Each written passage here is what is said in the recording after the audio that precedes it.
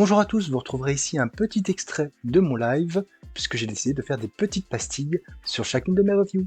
Enjoy! Ping Pong de Taiyo Matsumoto aux éditions Delcourt Tonkam en 2 tomes.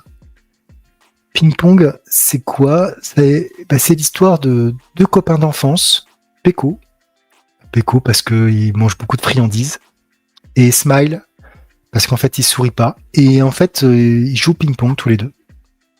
Il va y avoir un championnat qui va se dérouler, et au cours de son championnat, et surtout avant le championnat, en préparation du championnat, il y a un entraîneur qui va tomber sur Smile et qui va lui dire je te coach, je vais monter de niveau parce que tu as vraiment quelque chose, tu es un petit peu diamant brut qu'il faut polir pour que ce soit extraordinaire. Et donc il va y avoir cette histoire d'entraînement, de rivalité, de monde du ping-pong. C'est un monde qui a l'air assez dur, le ping-pong, surtout dans cette région asiatique, parce qu'on sait que les Chinois ont la suprématie sur le ping-pong quasiment. D'ailleurs, il va y avoir un Chinois qui a perdu sa place en équipe nationale, qui va aller au Japon pour remonter sa carrière, etc. Il y a vraiment toute une réflexion sur ce qu'est ce sport qui paraît, voilà, le ping-pong, c'est un petit peu le sport, on dit, voilà, ça a beaucoup changé encore aujourd'hui, je pense, la vision qu'on peut avoir du ping-pong, mais pendant longtemps, le ping-pong, ça a été quelque chose de loisir.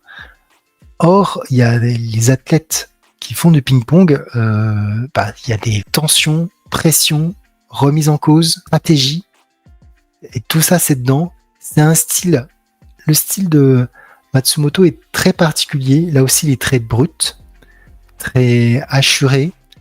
Je vous ai mis quelques planches avec le mouvement et j'essaie de pas vous spoiler l'histoire. Il y a des matchs, ça envoie, on a la direction, il y a vraiment quelque chose dans ces joueurs. Tout ce qui sacrifie aussi pour monter. C'est pas juste on va taper 2 balles, etc. Il y a vraie abnégation à devenir fort, le cardio, la souplesse, le placement. Il y a plein de choses.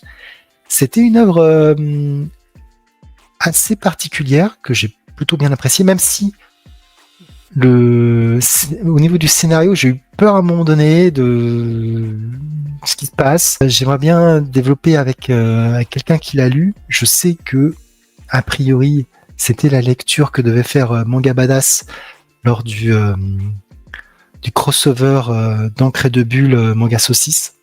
Donc, je crois qu'il y aura une deuxième numéro qui sortira. Donc, je serais assez curieux d'avoir son avis de comment il a ressenti, moi, ce que j'ai ressenti.